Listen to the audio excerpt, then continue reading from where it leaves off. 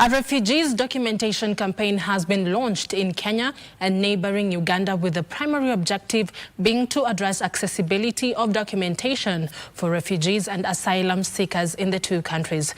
The 8 months campaign will include continuous consultations between refugee-led organizations and members of the refugee community, legal experts and policy makers. The number of refugees in the region has been increasing as more people flee from conflict in several parts of the continent.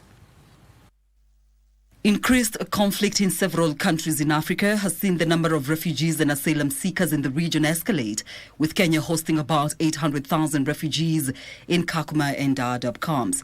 Being a refugee, you're required to think about your safety, your life in general, but then it comes in the hurdles of identification and documentation, which sets another layer of barriers in having a meaningful life as a refugee. There's the admission into schools, there's hospitals. I don't even have a bank account, so it just sets barriers and layers of barriers for refugees into having a normal life without stripping them of their dignity. To address this challenge, a campaign that seeks to primarily address accessibility of documentation for the refugee community in Kenya and Uganda has been launched. We are hoping through this campaign, we are able to deal with those that are undocumented, and even those that are documented. There are certain challenges. So, for example, with KRA pins, how they could have a refugee ID, but they're not able to undertake a business. So then, how are they able to access these KRA pins, NSSF, for them to just also inject into the national development?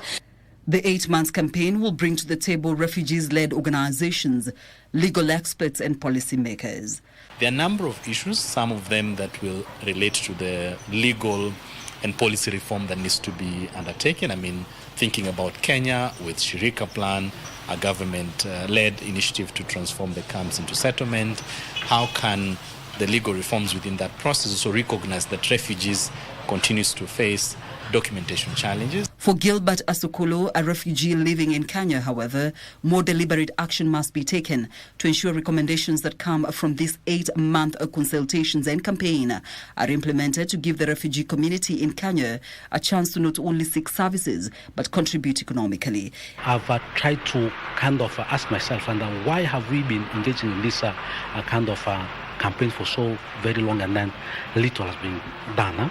But based on my experiences, that I've been asking myself, do we really conduct a thorough campaign?